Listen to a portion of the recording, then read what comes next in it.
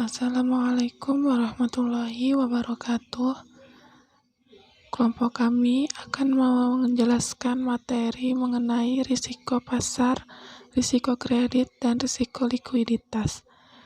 Kelompok kami yang beranggotakan Dicita Lalita NPM 1801010129, Rafidlah Risa 1801010180, Rafidia Aritama NPM 1801010181, dan Kristina NPM 1801010184. Pada saat selanjutnya, kita akan membahas risiko pasar. Apa sih risiko pasar itu? Risiko pasar adalah risiko kerugian yang dapat dialami bank melalui portofolio yang dimilikinya sebagai akibat pergerakan harga pasar yang tidak menguntungkan. Sedangkan harga pasar yang dimaksud adalah risiko komoditas, risiko ekuitas, dan nilai tukar. Secara langsung, risiko pasar yang dihadapi oleh bank konvensional tetapi tidak dihadapi oleh bank syariah adalah risiko tingkat suku bunga. Risiko pasar hanya akan muncul apabila bank memegang aset, tetapi tidak untuk dipegang sampai dengan jatuh tempo, melainkan untuk dijual kembali. Risiko nilai tukar terjadi apabila aset bank dinilai dalam satuan mata uang asing. Apabila turunnya aset disebabkan murni karena faktor turunnya harga di pasar, maka dikelompokkan ke dalam risiko komoditas untuk aset non-keuangan dan risiko ekuitas untuk kepemilikan saham dan sukuk. Ketiga risiko pasar di atas dalam dunia perbankan tidak hanya dialami oleh bank syariah saja, melainkan juga bank konvensional. Selanjutnya ada risiko yang sering muncul yang dihadapi oleh bank syariah dalam pemberian pembiayaan. Antara lain yang pertama ada risiko markup pada akad murabahah. Yang kedua ada risiko harga pada akad salam akibat terjadinya perubahan harga komoditas selama periode waktu antara akad dengan penyerahan komoditas. Yang ketiga ada risiko nilai aset yang disewakan pada transaksi ijaroh akibat berkurangnya nilai aset yang disewakan pada akhir kontrak sewa. Yang keempat, ada risiko nilai tukar pada penangguhan kontrak perdagangan yang transaksinya berdasarkan mata uang asing. Selanjutnya ada materi risiko kredit. Risiko kredit didefinisikan sebagai risiko yang dikaitkan dengan kemungkinan kegagalan klien membayar kewajibannya atau risiko di mana debitur tidak dapat melunasi pinjamannya. Untuk menentukan kualitas kredit, maka diperlukan adanya ukuran tertentu. Selanjutnya ada kolektibilitas kredit. Kolektibilitas kredit ini merupakan penggolongan kredit berdasarkan kategori tertentu guna untuk memantau kelancaran pembayaran kembali oleh debitur. Materi selanjutnya akan dijelaskan oleh Nicita.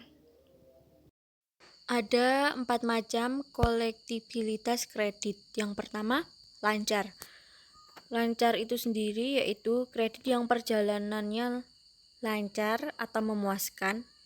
Segala kewajiban baik bunga ataupun pokok pinjaman diselesaikan oleh nasabah dengan baik.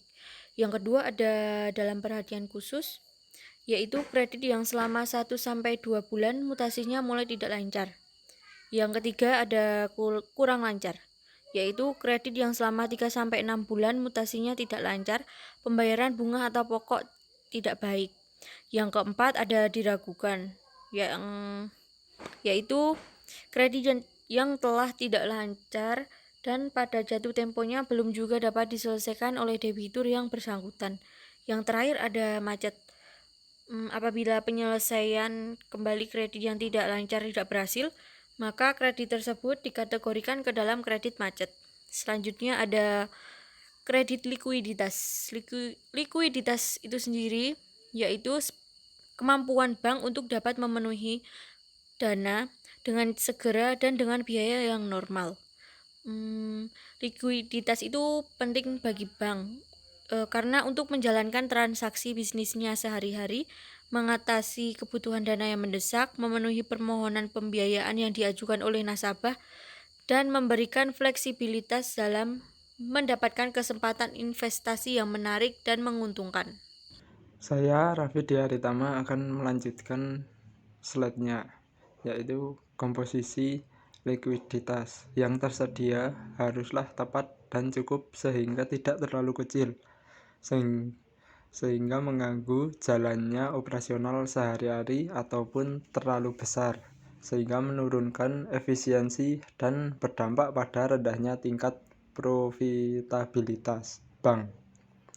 Untuk memenuhi kebutuhan likuiditasnya, bank dapat menggunakan sumber pendanaan arus kas dan aset likuid berkualitas tinggi yang dapat digunakan tanpa mengganggu aktivitas dan kondisi keuangan bank.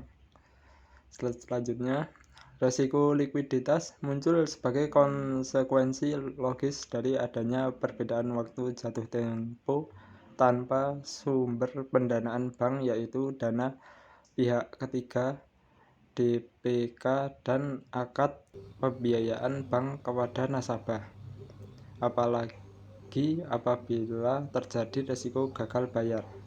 Seringkali kebangkrutan bank, baik bank besar maupun bank kecil, disebabkan karena ketidakmampuan bank dalam memenuhi likuiditasnya. Bagi bank syariah, risiko likuiditas ini memiliki kesulitan tersendiri. Tidak seperti pada bank konvensional di mana kesulitan likuiditas ini dapat diatasi dengan pinjaman pasar uang antar bank dengan imbalan bunga. Meskipun keadaan ini di Indonesia telah dapat diatasi melalui pembentukan pasar uang antar bank berdasarkan prinsip syariah. Pada tahun 2000 melalui instrumen investasi mudharabah antar bank, namun dengan anggota dan volume yang relatif masih terbatas. Sekian dan terima kasih presentasi dari kami. Wassalamualaikum warahmatullahi wabarakatuh.